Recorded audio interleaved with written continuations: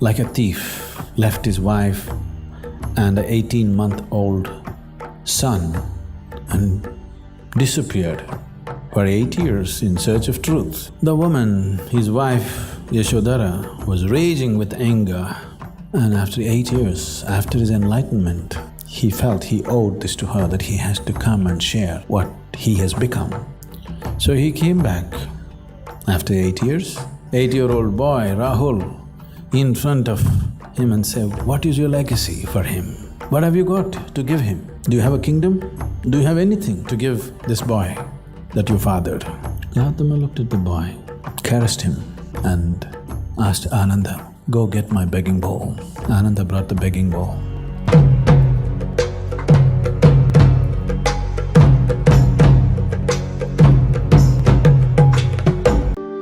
Namaskaram, Sadhguru.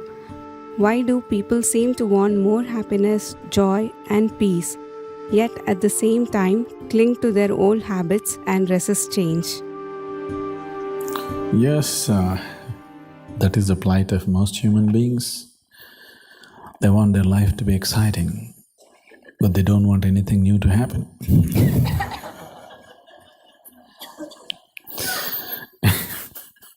Anything new, they resist. This is because, as we have been pointing out in so many different ways, they have gotten mixed up with two different aspects of nature. One is physical nature, one is the ultimate nature, which is not physical. This physical nature is always craving for protection, safety. Self-preservation is the root of physical nature. If every cell in this body was not loaded with the instinct of self-preservation, they would get lazy. If they just stop functioning, you're gone. They're all charged with the instinct of self-preservation, they're constantly on. That is physical nature. So preservation naturally demands that you want to go into the fridge. Doesn't matter you get frozen, but it's safe and you get preserved. But the ultimate nature in you wants to expand. It doesn't care about preservation, it wants to become much more than what it is right now. It feels hugely restrained by the physical body. That which is the creator within you feels terribly restrained by this physical body. It wants to be something more, all the time something more. Because you don't know anything, if you do not know anything better than food or money or this or that, you seek through that, but you want something more all the time. If that something more happens, you want something more, something more, something more. It wants to reach its ultimate nature because it can't be bound, it is boundless nature. It doesn't like to be bound. The more conscious and aware you become, the more you feel restrained by the physical body. If you're living very physical existence, almost like an animal. When I say an animal, I'm not using the word animal in a derogatory way, I mean as a biological entity. If you're existing here as a biological entity, you see, such people don't have too many struggles, they're quite okay. Yes, their physical needs are taken care of, they're quite all right. I don't know what you do here in India, in Tamil Nadu, I keep reminding people, there are too many people who are just happy eating pongal and drinking one coffee. They're just unsatisfied look on their face. The stomach is full. Don't you see those people? Nothing wrong with them, just little lower on the evolutionary scale, that's all. Yes, it's still too biological. So they never think of other possibilities of expansion is not a big thing for them. It is there in them also, you can't kill it, it's there. But it is not finding a strong expression. The body is finding a stronger expression than the ultimate nature within them. The creation is finding a stronger expression than the Creator within them. But once they become little mentally active and little more aware, now endless desire, endless desire. Now they can't just eat and just be happy. So this mix-up between the physical nature and the ultimate nature, you're unnecessarily creating a conflict where there is no conflict. The longing to expand is there, but somehow you think if you do that, the security of existence will go away. It's not true. It's not at all true. Only that person who's lost the need for security is truly secure. One who is seeking security will never be secure in his whole life. It never happens. Does it happen to anybody? It never will happen. One who has abandoned the need for security, that person is totally secure. It is from this basis that the process of brahmacharya, sannyasa came up. When, Gautama, like a thief, left his wife and an 18-month-old son and disappeared for 8 years in search of truth. The woman, his wife, Yashodhara, was raging with anger. And after 8 years, after his enlightenment, he felt he owed this to her, that he has to come and share what he has become. So he came back after 8 years. Now various situations I will not go into that now. When he came back, she raged and raved with anger. You cowered like a thief, you walked away. Did you have the guts to even tell me? What truth are you searching for? Gautama tried to tell her, see, I know I have been your husband, but that man doesn't exist anymore. Everything has changed. Look at me. All that is totally gone. This is something else. I want you to know this too. She said, all this nonsense, bullshit, you and your truth. I don't want your bloody truth. She pulled this 8-year-old boy, Rahul, in front of him and said, what is your legacy for him? What have you got to give him? Do you have a kingdom? Do you have anything to give this boy that you fathered? Gautama looked at the boy, caressed him and asked Ananda, go get my begging bowl. Ananda brought the begging bowl. Gautama gave the begging bowl to his son and said, this is my legacy. This is the ultimate security. I have abandoned the need for security and I want him to abandon that too. I want you to abandon that too. Only then you're truly secure. Till then you will never know security. So the struggle is just that. The physical is looking for security, the ultimate is wanting to expand. How can you be secure and expand? Expansion is a risk. It's like a moving car, isn't it? It's a risk. But a car that doesn't move, what is the point? What is the point of a car that doesn't move? Everything is meaningless. So, if you live in a stationary car for your whole life because it's secure and you don't dare to take the step of moving your car, it feels safe but suffocating. It feels very safe, but after some time, if you let your thoughts run, you will definitely get this thought, why am I here? What's the point being alive? This is bound to come. Once you have come as a human being, if you do not give a conscious expression to the ultimate nature, if you are just stuck with the physical nature of self-preservation and procreation, definitely human form has gone waste upon you. The intention of the Creator has gone waste upon you. You have just gotten stuck to the past.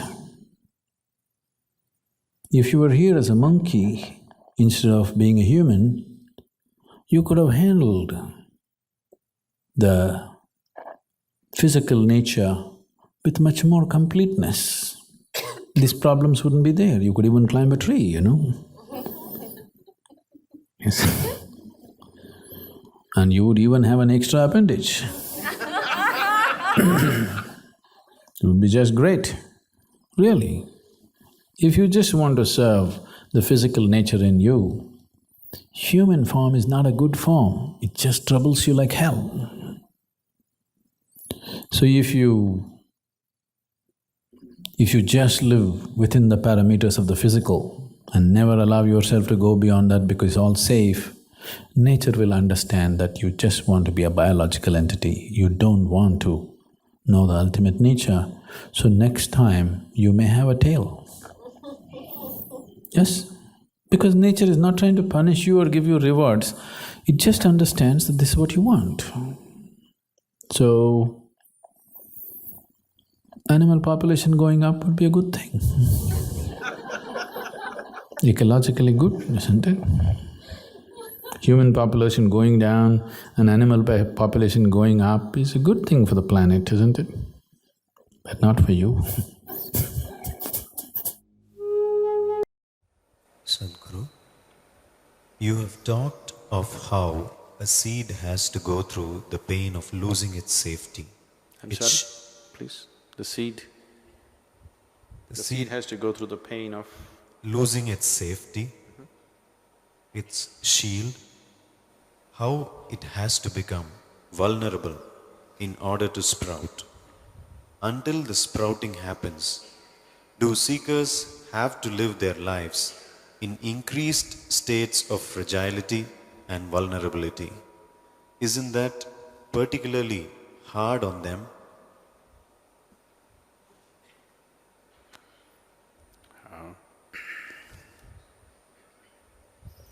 The seed, in making itself vulnerable, is not forsaking safety. Its only safety is in sprouting, growing and multiplying. That's only safety. If you do not know this, you already know this definitely, but in case you do not know it, the more insecure a particular population on the planet feels, the more they will reproduce. You know this?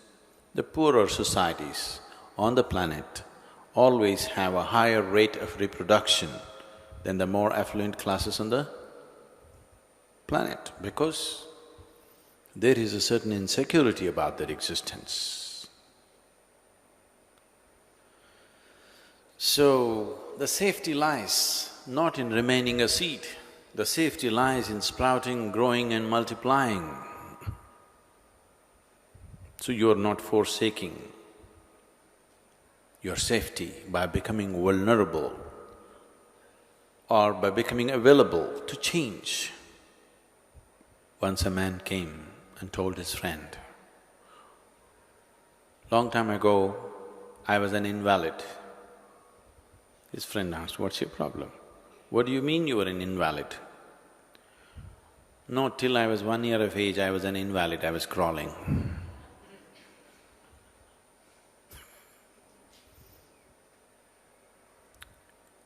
Your childhood or even before that is like being a seed. If you did not sprout and grow, would you be safer? You would be an invalid. I know these days it's become fashionable for people to claim, "I am like a child." Even the so-called spiritual people are going about claiming, I am a child. If you say, I am a child, don't think it is some celebrated status. When you say, I am a child, you are saying, I did not grow up. Let us say, your body has grown, so we cannot take that as an example. Let us say your mind remained stagnant from the age of 3, how you were, it remained at the same place, only your body became the way it has become. So what are we supposed to call you, spiritual? So there is no safety in stagnation. A seed is meaningful only for a certain span of time, but seed is a stagnation. Seed is life, potential life, very important, but it is a state of stagnation. If you try to keep anything in a state of stagnation, for sure you will lose it. The only safety is to make it grow. The only safety is to make it sprout and prosper. Whether it's your body or your mind or your life, the only safety is in making it happen, not in trying to preserve it. Try this with your body and see. Many of you have tried, haven't you? Because you want to live for a long time, from tomorrow eat all the best food and save it, don't use it. If you want, we can provide you a coffin, because anyway you will need it very soon. Try to save it. There is no safety in trying to save it, that's not the way life is made. The only way to save it is to use it. So the only way a seed can be safe is for it to sprout and become a plant and a tree. That is the only way there is safety for the seed. In stagnation, there is no safety. But your mind would speak otherwise.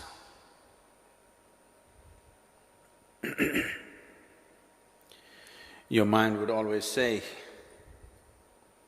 a seed is safe because generally it's in a hard case and it looks more solid, more preservable. A plant is out there, vulnerable.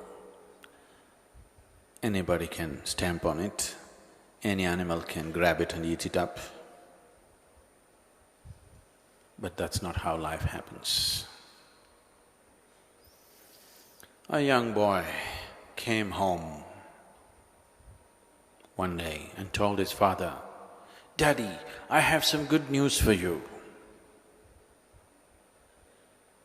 The father asked, "What's the good news?" The boy said, "You know, I took the math test." He said, "Yes, what happened?" "You said, if I pass the math test, you are going to give me 2,000 rupees. The good news is, you saved 2,000 rupees.